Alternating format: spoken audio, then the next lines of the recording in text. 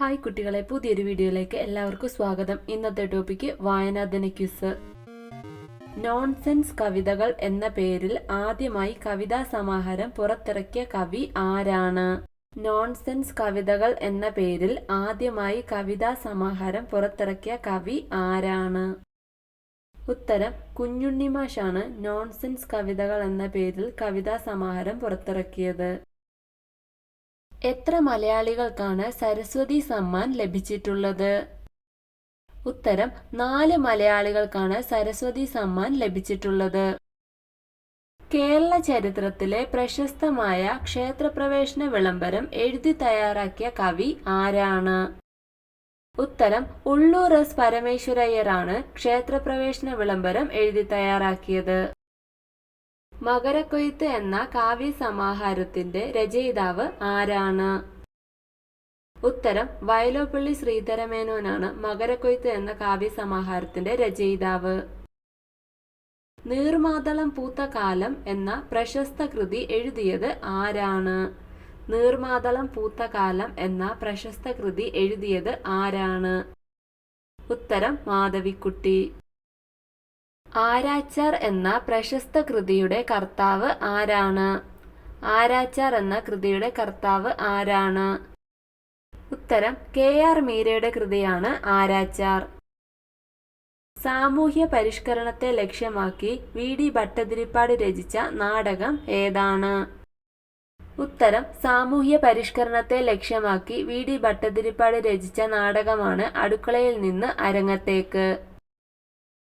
കേന്ദ്ര സാഹിത്യ academy award നേടിയ P. കേശവന്റെ കൃതി ഏതാണ്? ഉത്തരം കേന്ദ്ര സാഹിത്യ അക്കാദമി അവാർഡ് നേടിയ P. കേശവന്റെ കൃതിയാണ് അയൽക്കാർ. നവഭാരത ശില്പി എന്നറിയപ്പെടുന്നത് ആരാണ്? നവഭാരത ശില്പി എന്ന് അറിയപ്പെടുന്നത് ആരാണ്? ഉത്തരം ജവഹർലാൽ നെഹ്റു. കാപ്പിരികളുടെ നാട്ടിൽ എന്ന യാത്രാ വിവരണ ഗ്രന്ഥം എഴുതിയത് ആരാണ്? കാപ്പിരികളുടെ നാട്ടിൽ എന്ന യാത്രാ വിവരണ ഗ്രന്ഥം എഴുതിയത് ആരാണ്? ഉത്തരം SK പൊറ്റക്കാടിന്റെ കൃതിയാണ് കാപ്പിരികളുടെ നാട്ടിൽ. കാക്കേ കാക്കേ കൂടെവിടെ എന്ന കവിത രചിച്ചത് ആരാണ്? ഉത്തരം കാക്കേ കാക്കേ കൂടെവിടെ എന്ന കവിത രചിച്ചത് ഉള്ളൂർ എസ് പരമേശ്വരയ്യർ. ഓപ്പോൾ, വാരിക്കുഴി, വാനപ്രസ്ഥം, ഇരുട്ടിന്റെ ആത്മാവ് എന്നീ കഥകൾ രചിച്ചത് ആരാണ്?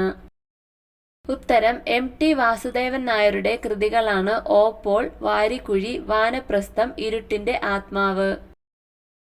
തിരനോട്ടം ആരുടെ ആത്മകഥയാണ്? ഉത്തരം കലാമണ്ഡലം രാമൻകുട്ടി നായരുടെ ആത്മകഥയാണ് തിരനോട്ടം. ബാലിദ്വീപ്, സിംഹഭൂമി, നൈൽ ഡയറി എന്നീ യാത്രാ വിവരണങ്ങൾ രചിച്ചത് ആരാണ്?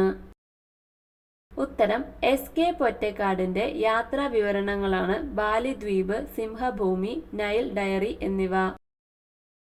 ഏതു വർഷം മുതലാണ് സരസ്വതി സമ്മാൻ നൽകി തുടങ്ങിയത്? ഉത്തരം 1991 മുതൽ. 1991 ആദ്യ സരസ്വതി സമ്മാൻ ജേതാവ് ആരാണ്? ഉത്തരം ഹരിവംശറായ് ബച്ചനാണ് 1991 ആദ്യ സരസ്വതി സമ്മാൻ ജേതാവ്. കേരളത്തിൽ ആരംഭിച്ച കേന്ദ്ര സർവകലാശാലയുടെ ആസ്ഥാനം എവിടെയാണ്? കേരളത്തിൽ ആരംഭിച്ച കേന്ദ്ര സർവകലാശാലയുടെ ആസ്ഥാനം എവിടെയാണ്? ഉത്തരം കാസർഗോഡ് ജില്ലയിൽ. ചെറുകാട് എന്ന തൂലികാനാമത്തിൽ പ്രശസ്തനായ വ്യക്തി ആരാണ്? ഉത്തരം ചെറുകാട് എന്ന തൂലികാനാമത്തിൽ പ്രശസ്തനായ വ്യക്തിയാണ് ഗോവിന്ദ പിഷാരടി. ആരുടെ ജന്മദിനമാണ് ഇന്ത്യയിൽ ദേശീയ വിദ്യാഭ്യാസ ദിനമായി ആചരിക്കുന്നത്? ഉത്തരം അബ്ദുൽ കലാം ആസാദിന്റെ ജന്മദിനമാണ് ഇന്ത്യയിൽ ദേശീയ വിദ്യാഭ്യാസ ദിനമായി ആചരിക്കുന്നത്. അമ്പലമണി, കുറിഞ്ഞിപ്പൂക്കൾ, മുത്തുച്ചിപ്പി എന്നീ കൃതികളുടെ കർത്താവ് ആരാണ്? ഉത്തരം സുഗതകുമാരിയുടെ കൃതികളാണ് അമ്പലമണി, കുറിഞ്ഞിപ്പൂക്കൾ, മുത്തുച്ചിപ്പി എന്നിവ. P. കുഞ്ഞനന്ദൻ നായരുടെ തൂലികാനാമം എന്താണ്? ഉത്തരം P. കുഞ്ഞനന്ദൻ നായരുടെ തൂലികാനാമമാണ് തിക്കൊടിയൻ. നാടകീയം എന്ന ഗ്രന്ഥം എഴുതിയത് ആരാണ്? ഉത്തരം കൈനിക്കര കുമാരപിള്ളയാണ് നാടകീയം എന്ന ഗ്രന്ഥം എഴുതിയത്. കേരളത്തിലെ ഏറ്റവും പ്രശസ്തനായ മാപ്പിളപ്പാട്ട് കവി ആരാണ്? ഉത്തരം മൊയിൻകുട്ടി വൈദ്യരാണ് കേരളത്തിലെ ഏറ്റവും പ്രശസ്തനായ മാപ്പിളപ്പാട്ട് കവി. ചണ്ടാല ഭിക്ഷുകി എന്ന പ്രശസ്ത കൃതിയുടെ കർത്താവ് ആരാണ്? ഉത്തരം കുമാരനാശാന്റെ കൃതിയാണ് ചണ്ടാല ഭിക്ഷുകി. വീഡിയോ ഇഷ്ടമായാൽ ലൈക്ക് ചെയ്യാൻ മറക്കരുത്. കൂടുതൽ വീഡിയോകൾക്കായി ചാനൽ സബ്സ്ക്രൈബ് ചെയ്യൂ. Thank you for watching my video.